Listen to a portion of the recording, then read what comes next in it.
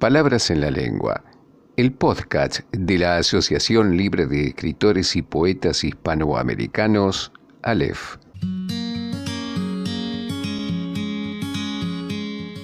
Aquí estamos en otra emisión más, en otro episodio más de Palabras en la Lengua. Mi nombre es Javier Bibiloni, me acompaña Patricia Núñez. ¿Cómo estás, Patricia? Hola Javier, un placer, muy contenta de estar acá con vos y con el prometedor entrevistado, ¿no? Vienen siendo charlas muy interesantes las que estamos teniendo últimamente. Sí, yo estoy muy contenta porque haber conversado con ellos nos ha puesto en un lugar de enriquecimiento, ¿no? Es decir, hemos crecido con ellos, con estas charlas. Bueno, ¿y qué nos podés contar acerca del entrevistado de hoy? Bueno, se trata de Amir Valle, escritor y periodista cubano, que es considerado por la crítica especializada uno de los escritores latinoamericanos más reconocidos en la actualidad. Su obra narrativa ha sido elogiada, entre otros, por los escritores como Augusto Roa Bastos, Manuel Vázquez Montalbán, Gabriel García Márquez y Mario Vargas Llosa. Actualmente reside en Berlín. Seguimos con las voces hermanas. Seguimos con Palabras en la Lengua. Muy agradecido, Amir, por tenerte entre nosotros. Muy bienvenido. Gracias a ti, Javier, y gracias también a Patricia, ¿no? ¿Cuál fue el disparador inicial con el que te fuiste abriendo camino vos? Bueno, mira, el disparador inicial, yo creo que lo tengo que decir completamente, fue una montaña de libros que había en la habitación de mis padres, que eran maestros ambos, y ese descubrimiento de la literatura y aprender a leer a edad bastante temprana fue como lo que desde muy temprano me hizo desear que yo quería crear mundos, ¿no? Quería escribir. Y bueno, tuve la suerte también de que eso ocurrió en un país donde en los tiempos en los que yo crecí había una estructura, digamos, desde todos los puntos de vista, promocional, editorial, de desarrollo de la cultura, que permitía que jóvenes talentos que venían desde distintas, vamos a decir, gradaciones, accedieran a la literatura tempranamente, ¿no? Yo tuve la suerte de que tuve también, creo que ese es el otro disparador, para usar tu palabra, tuve la suerte de ser el Benjamín de mi generación en ese sentido, de que mi generación me considerara como un líder de ellos, ¿no? Y que las viejas generaciones cubanas, que eran grandes escritores de la década del 50, del 60 y del 70, me adoptaran a mí también como una especie de lazarillo al que había que guiar, ¿no? Por los caminos de la literatura. Y tuve la suerte de tener grandes maestros de las letras cubanas que se preocuparon en los primeros tiempos por darme todas las herramientas, ¿no? Todas las herramientas para convertirme en un escritor. Recuerdo que mis padres, maestros que amaban la literatura, amaban la historia, siempre intentaron desaconsejarme que yo fuera escritor. Es decir, querían que yo fuera médico como mis tías, o ingeniero como mis tíos, ¿ya? O incluso general como mis otros tíos, pero que no escribiera. Que la carrera de escritor era siempre una carrera de, como decían ellos, de muertos de hambre. ¿Cómo es el hecho de estar en Berlín y estar hermanado también con la literatura cubana?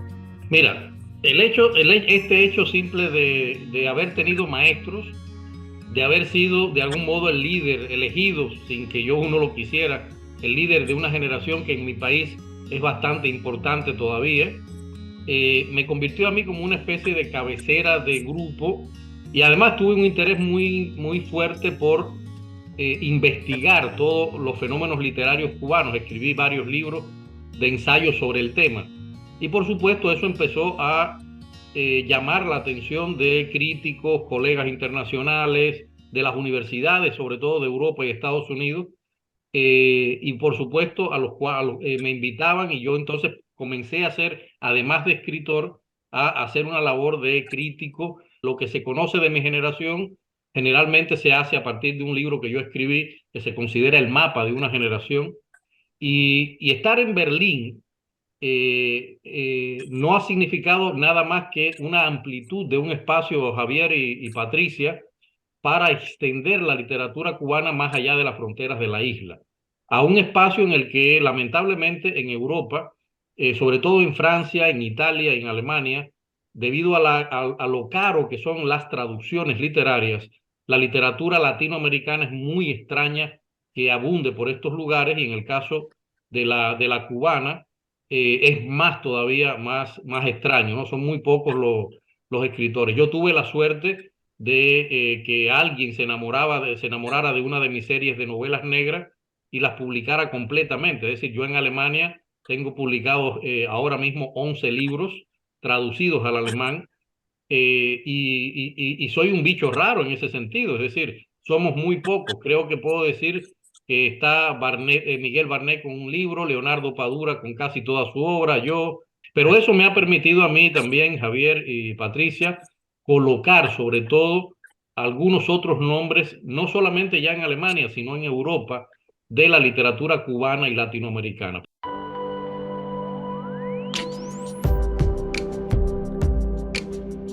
Siento deseos de decirle que esa ha sido nuestra vida desde entonces. Intentar resucitar lo único que nos iluminó alguna vez. El único instante en que, si acaso existe la pureza humana, fuimos puros, inocentes, limpios. Pero a estas alturas, hablar de la suciedad acumulada puede doler. Y más aún si te hundiste en esa suciedad justamente porque no tuviste el valor de poner encima de la mesa esos huevos enormes de los que tu padre tan orgulloso se sintió cuando naciste. El miedo es una tara. ¿Quién lo duda? Y pocos tienen el valor de confesar que son esclavos. Yo, ¿para qué negármelo? Me incluyo en ese listado de millones de cubanos que no quieren ni mencionar esa palabra. Miedo, por vergüenza. Porque desenmascara una cobardía que nada tiene que ver con ese mito que tenemos los cubanos, de ser valerosos, como para vestirnos de coraje, comer coraje a todas horas y exportar el que nos sobra. Por eso prefiero extender mi silencio y darle otra vuelta a las salchichas sobre las brasas.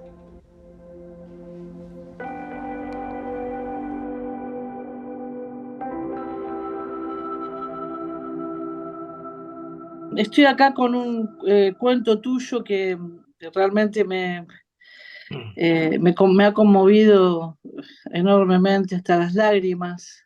Vladimir y Lenin, el Mau Park, el incitador aroma de la salchicha grillada y el fantasma de una chica con nombre de mujer perdida.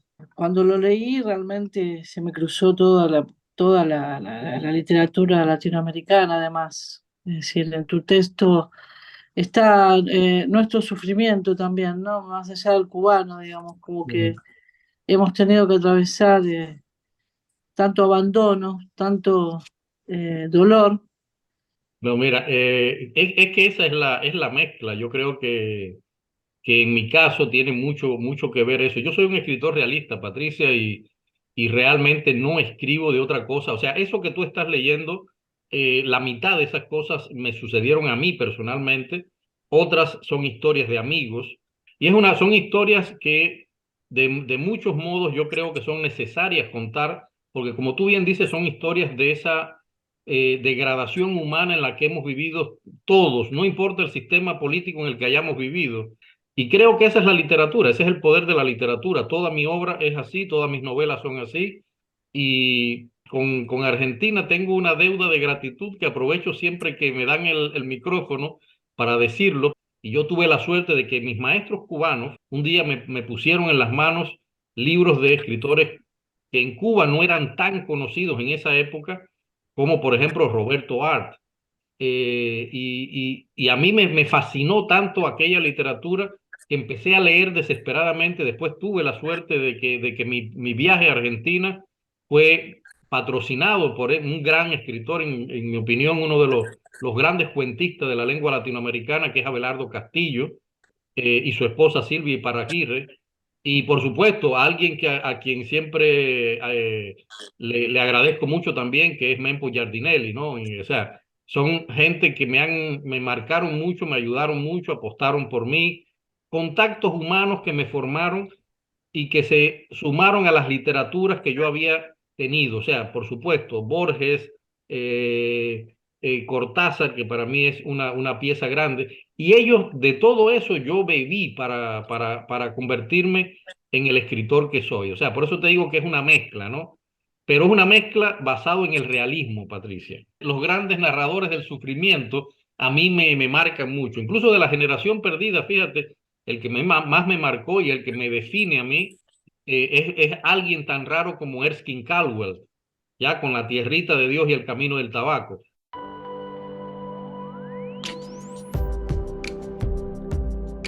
¿Cómo fue abrir la editorial allí en Berlín? Mira, siempre tuve sueño de tener una revista literaria y de tener una editorial. Por supuesto, las condiciones estas buenas que existían en la cultura, tengo que decir que también estaban fuertemente controladas por razones políticas e impedían que escritores, incluso como yo, que inicialmente no tuvieron ninguna implicación directa en la escritura de algún modo política, etcétera, pudieran abrir editoriales. Entonces, cuando salí al exilio, lo primero que hice, es decir, a mí me desterraron, me dejaron fuera, no me permitieron regresar a Cuba, y cuando me dejan fuera, lo primero que yo hago, me dejan fuera en el 2005, y en el 2007 yo fundo una revista literaria que se llama Otro Lunes, Revista Hispanoamericana de Cultura, en la que tengo el privilegio de que colaboran muchos de los más grandes escritores latinoamericanos actuales, y, y que además va por el número 65, es decir, llevamos muchos años y muchos números, pero me faltaba algo, Javier, y ese algo era ese bichito que tiene uno de editor. Tuve la suerte de conocer a unos editores alemanes a los cuales finalmente me invitaron a ser parte de esa editorial, que finalmente terminó en mis bolsillos. Es decir, hoy yo soy el dueño de la editorial, pude, como se hace en el capitalismo, ¿no? Poner dinero para algunas acciones y finalmente ya la tengo del lado de acá. Sí, bueno, mira, ahora tú puedes hacer una editorial. Y así fue que nació Ilíada Ediciones en 2016. Tenemos hasta ahora 160 y tantos libros, 167 exactamente. Cada libro es leído por un grupo de profesionales. No publicamos todo, es decir, he tenido la experiencia, Javier, de que han venido personas que lamentablemente sí tienen libros, pero no son libros de calidad. Y curiosamente ese tipo de personas, no sé por qué razones raras, suele tener generalmente todo el dinero del mundo para pagar sus ediciones. Y entonces les he dicho que no redondamente. Si el libro no pasa por una comisión de calidad, sencillamente no lo publico y por supuesto todo lo asumo yo. Por suerte, lo tengo que decir, tengo dos oficios en los cuales me permite siempre sacar algún dinerillo para, vamos a decir, financiar los gastos, los costes editoriales, y por otro lado, alguna que otra vez recibimos alguna ayuda del Estado para pagar sobre todo algún tipo de, vamos a decir, de estos costos, siempre que esté vinculado al pago de los trabajadores independientes, que son los que nos ayudan en las portadas, etcétera, etcétera, ¿no? En Ilíada Ediciones, me precio de decirlo, no hay un solo libro que pueda ser dicho, este es un libro malo. No, es buena literatura en todos los sentidos. Es uno de los privilegios que me he permitido darme al crear la editorial. Un catálogo sólido, un catálogo respetable y un catálogo que cada vez más está recibiendo más elogios de personas que no suelen dar elogios a los editores. Como yo le digo a toda la gente, ser editor es ser un loco enamorado de un oficio que generalmente lo que da es trabajo, pérdida, pero también muchas cosas espirituales, ¿no? Que creo que valen la pena.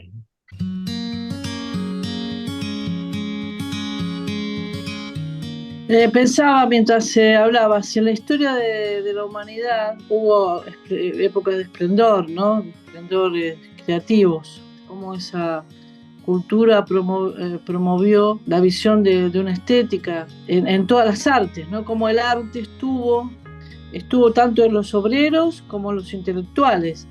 ¿Qué pensás hoy? ¿Dónde está ese arte?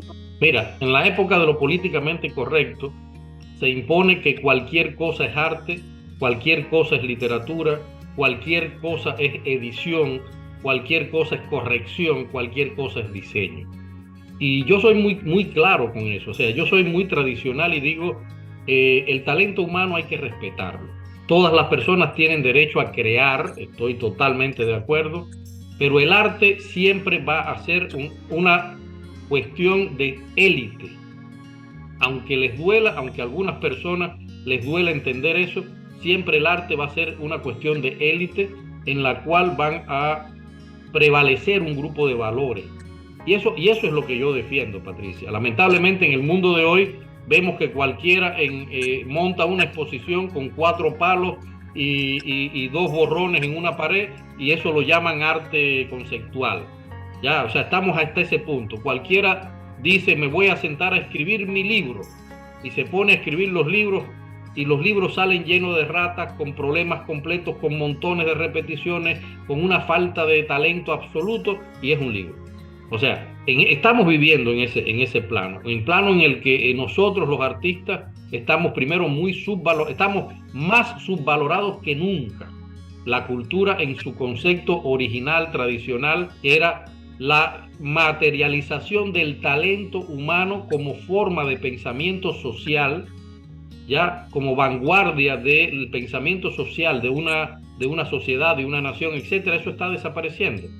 Lamentablemente, esa es mi opinión. Soy un poco pesimista, pero es lo que pienso, ¿no?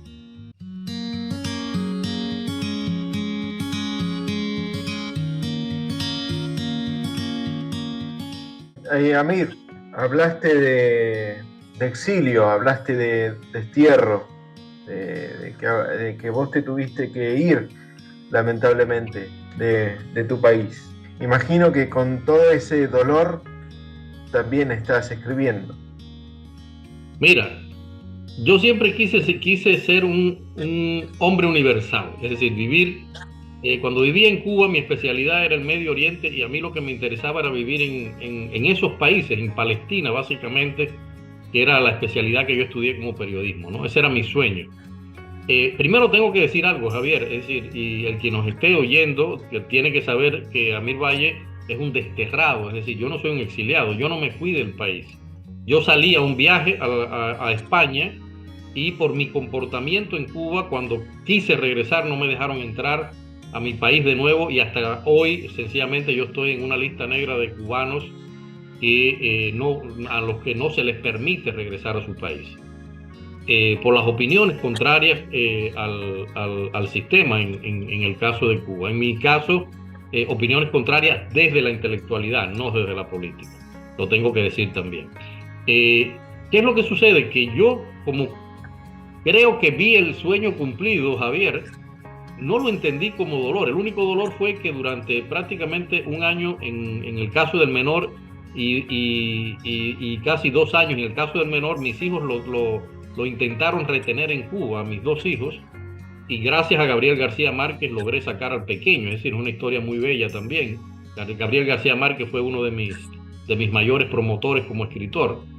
Y entonces, ¿qué sucede? Que yo siempre dije que ninguna cosa sobre la tierra podía llenarme mi alma de odio, que creo que es una de las cosas que más daño le hace al ser humano.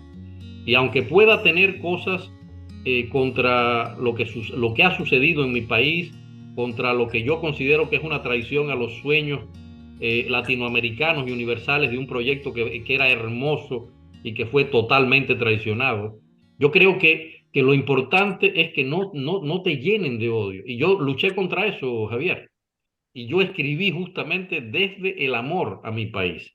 Escribí desde el amor a lo que yo iba descubriendo. Escribí desde el amor y el agradecimiento a un país y a un nuevo mundo que me dio la recibida, me dio la bienvenida de un modo impresionante, agradeciendo. Creo que eso es lo que más me ha caracterizado, ¿no? Pero por supuesto, tú tienes una razón. Aunque uno escriba así, siempre el dolor pervive, el dolor sale. Patricia lo pudo comprobar en ese cuento.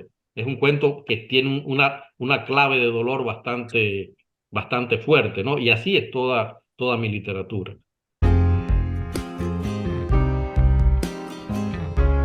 Yo, Amir, quiero agradecerte el hecho de que hayas estado aquí compartiendo este momento con nosotros. Soy yo realmente el que te agradece la invitación y por supuesto nuevamente de verdad a Patricia.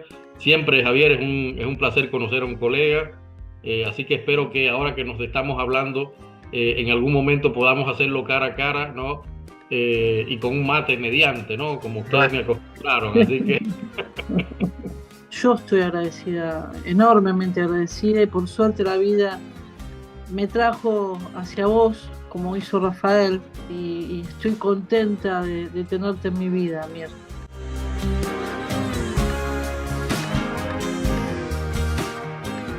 En la lengua también juegan las palabras.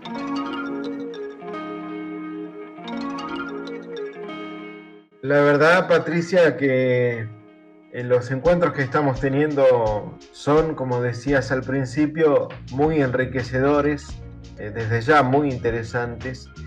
Cada conversación es un episodio que abre un camino hacia otros episodios y hacia otras realidades también. Espero que quien escuche esto haya sentido el impacto amoroso y revelador de escuchar escritores, poetas, son realmente amorosos con el mundo y con las obras, con la literatura, y nos ponen en un lugar de alegría de saber que están en este mundo empujando lo artístico de una manera tan digna como lo hacen, ¿no? Nada más, nos encontramos próximamente en otro episodio de Palabras en la Lengua. Gracias, Javier, gracias.